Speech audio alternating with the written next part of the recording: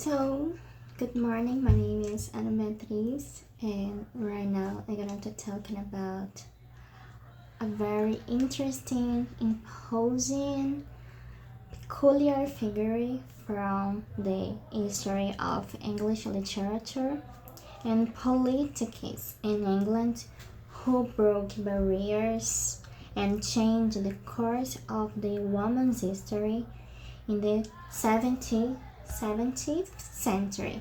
I'm going to talking about Aphra Behn. So first of all, who was Aphra Behn?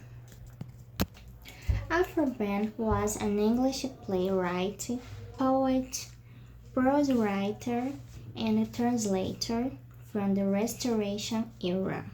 As one of the first English women to earn her living by her writing, she broke cultural barriers and she served as a literary role model for later generations of women authors. Rising from obscurity, she came to notice by the Charles II, who employed her as a spy in Antwerp. Behn wrote under the pastoral pseudonym Austria. During the turbulent political times of the exclusion crisis, she wrote an epilogue and a prologue that brought her legal trouble. She thereafter devoted most of her writing to prose genres and translations. A staunch supporter of a Stuart line, Behn declined an invitation from Bishop Burnet to write a welcome poem to a new king, William III. She died shortly after. She was reminded in Virginia Woolf, A Room of One's Own.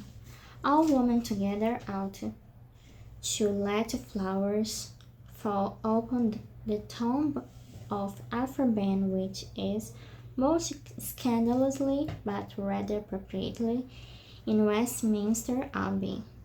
For it was who earned then the right to speak their minds. Her grave is not included in the Poets' Corner, but lies in the west cloister near to step to the church. Some facts about her life is really unknown because she deliberated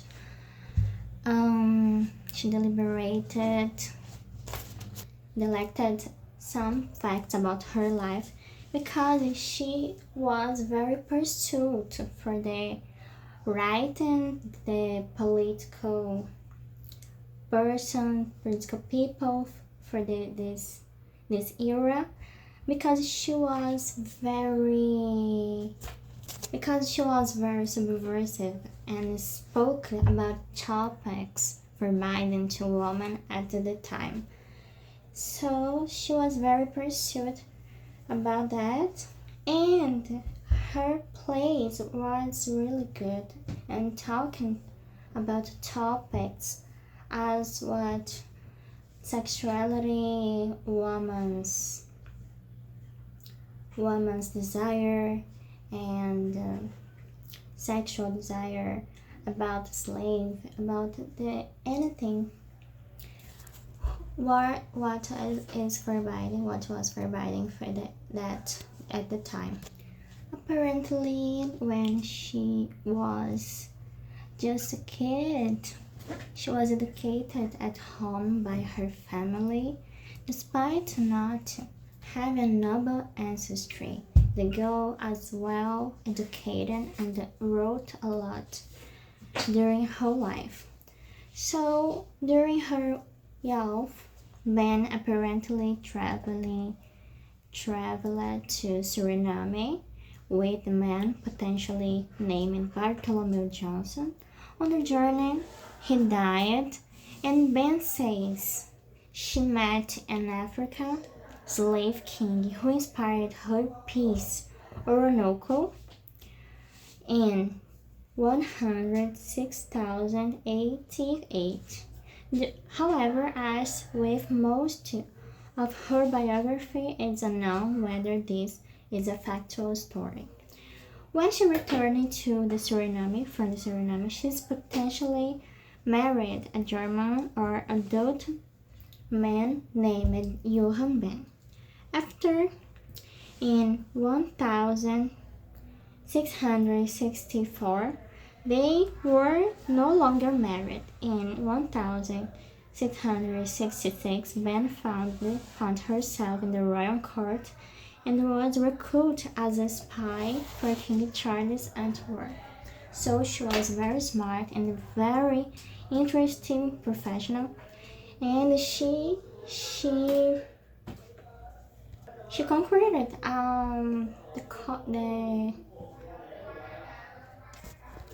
she won the king's trust, and after that, Behn worked as a spy for King Charles II. Behn was a spy with the code name of Aphra during the Second Anglo-Dutch War in 1665. The Second Anglo-Dutch War was fought between England and the Dutch Republic. The conflict was over who controlled the sea and the trade routes. The Dutch Republic dominated world trade by the sea and had a booming economy. England wished to take place in this domination. The Dutch ultimately won. When Behn arrived in Bruges, her first mission was to become intimated with William Scott and turn him into a double agent. He was a spy on behalf of the Dutch. Behn soon realized life as a spy was not profitable and was never paid for her duties. And after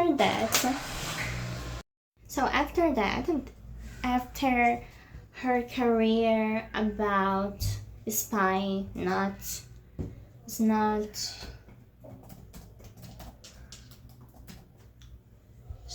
in worked. She started to writing plays for the King's Company and the Duke's Company to royal theaters. So after the career it didn't work, and she was in debt to start to write plays for the royals companies. She worked as a scribe and began to write poetry. Unlike the previous era where women were not allowed to perform in the theater or publish work during the Restoration period, women were finally allowed. So in this time, before the time of the Restoration era, the women had a permission to act and produce and writing plays and acting the plays. So after the Restoration, the woman was permission to write and act, but wasn't with free. She was very discriminated against. So Aphra Behn was the first woman who could live it by her pen, by her writing, and she was a pioneer in his acting. So Behn's first play was titled The First at Riot in 1670, followed by The Amorous Prince in 1671. Both were very successful and spoke about the problems with arranged marriages. She was very criticized some customs about this epic, so she was very pursued about this. In 1673, Behn's play The Dutch Lover received a backlash because it was written by a woman, and she was pursued and discriminated about his generals. Behn responded by saying that it is not intellectual fault of women. They are excluded from formal education, but rather that they are unjustly excluded. At that time, she already criticized the exclusion of the woman from the society. She is very ahead of time. So Behn left the theater for approximately 3 years before returning to write comedies. After this time, she published 4 plays: Abby the Laser, The Town Fop, The Rover, and Sir Patient Fence. Despite Behn's success, Behn was frequently attacked for being a woman playwright. So Aphra Behn wrote 2 very successful plays. Behn was incredibly successful, and her plays were often watched by King Charles II. She was very talented, and she was among the circle of famous playwrights, including John Dryden, Joe Hawley, Elizabeth Barry, and Edward Ravenscroft. By 1678, England was in political turmoil as King Charles II had no heir. The political party known as the Whigs did not want the Roman Catholic brother of Charles James to place it on the throne. However, the political party known the Tories supported James. Behn was a Tory and wrote 5 plays attacking the Whigs. So right now I'm going to talk a little bit about the context was Aphra Behn was inserted in the story of the English literature. So Aphra Behn and the Restoration era literature. She was inserted in 1660, the monarchy of England was restored after a period known the Commonwealth. The Commonwealth was post-Civil War period in England when there was no king.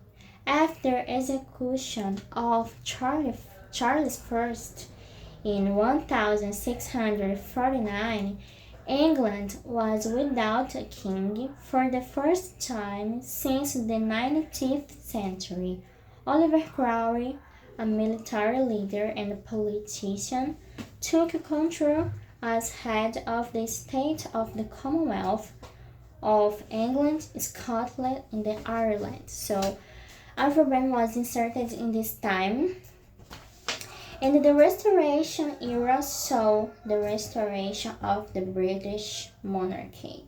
In 1660, Charles II ascended the throne of England and restored the monarchy. During this period, there was a revival of drama and literature, which led to Restoration era literature, a period of literature Behn belonged to. The Restoration era literature lasted from about 1660 to approximately the 1690s. Many plays were written during this period and has a sense of sexual and intellectual liberty not seen before the Restoration era and not seen after the Restoration era. So this period of the time, talking a little topics. Who was forbidden? Aphra Behn wrote about. But Aphra Behn published plays and poems taught on gender, sexuality, female pleasure, and sexuality and love. Although met with much criticism, Aphra Behn wrote unprecedented and freely on sex, much like her male counterparts. So the most famous works of Aphra Behn. Aphra Behn wrote so many plays, prose, and poems that spoke openly about sexuality, politics, and gender. Her most famous plays include The Rover, Orinoco, and The Disappointment. So the Rover are the banished cavaliers. 1677. Aphra Behn play The Rover follows the adventures of a group of English noblemen and their romances with a woman in Naples during Carnival. The play is considered a restoration comedy. The restoration comedy is a type of comedy that appeared between 1616 and 1710. It marked by witty and overtly sexual dialogue, innuendos, and crude and absurd behavior that created humorous and flamboyant plot lines. The Rover explores themes such as the whole of gender, the difference between lust and love, and the use of disguise for deceit. The Rover was incredibly successful and had an incredible long run. King Charles II considered it one his favorite plays. Orinoco is another play of Aphra Behn, and she was inspired when she was traveled from Suriname, and after he take back from Suriname, he wrote this play. And Orinoco is considered of her most famous examples of prose. The novel is set in Suriname, a colony of Netherlands, and it follows the history of Prince Orinoco. Prince Orinoco falls in love with a beautiful woman named Imoinda, and they promise each other in marriage. The king also falls in love with her and forces her to become one of his wives. The plot follows Orinoco's attempt to get Imoinda back to him. Orinoco is taught both the first-person perspective and the third-person perspective. In the introduction, Behn claims that the story is based on actual events, but the credibility of this statement is still in debate. So, some themes contained within Orinoco include the nature of kingship, slavery, sexuality, and gender roles. Orinoco did not make significant sales, but was adapted into a tragic play by Thomas Sojourner in 1695. The Disappointment. The Disappointment is a humorous poem. It surrounds Lysander, a shepherd, who was an uncontrollable desire for Chloris. He tried to seduce and trap her, and Chloris allows him to force himself upon her. Chloris' words, as she is still a virgin and does not want to ruin her reputation according to society, as Lysander launches himself upon her, he struggles with impotence and Chloris runs away. Lysander curses Chloris for overly exciting him. The poem belongs to the pastoral genre of poetry. The pastoral poems are to turn away from modern life in favor of idyllic rural settings. They usually focus on the lives, grievances, and misshapes of shepherds. The writing some characteristics about the writing of Aphra. Behn often used dramatic expression dialogue in her plays and lyrical dialogue in her poetry. Behn commonly used allegories to refer a contemporary political and social events, and Behn's literary works were typically written with traditional forms and conversation, but the structure of the pieces gave the work a sense of directness. Behn, writing during the Restoration era, openly wrote the themes related to sexuality, female pleasure, sexual desire, political commentary, and love. In conclusion, some summarizing about Aphra. She was a very interesting figure. She changed the course of the woman's story, and she was very subversive and ahead of the time. Aphra was born in 1640 and was an English playwright, novelist, and the poet who began writing after her career as a spy led to no financial benefit. She wrote during a period of literary revival known as the Restoration era.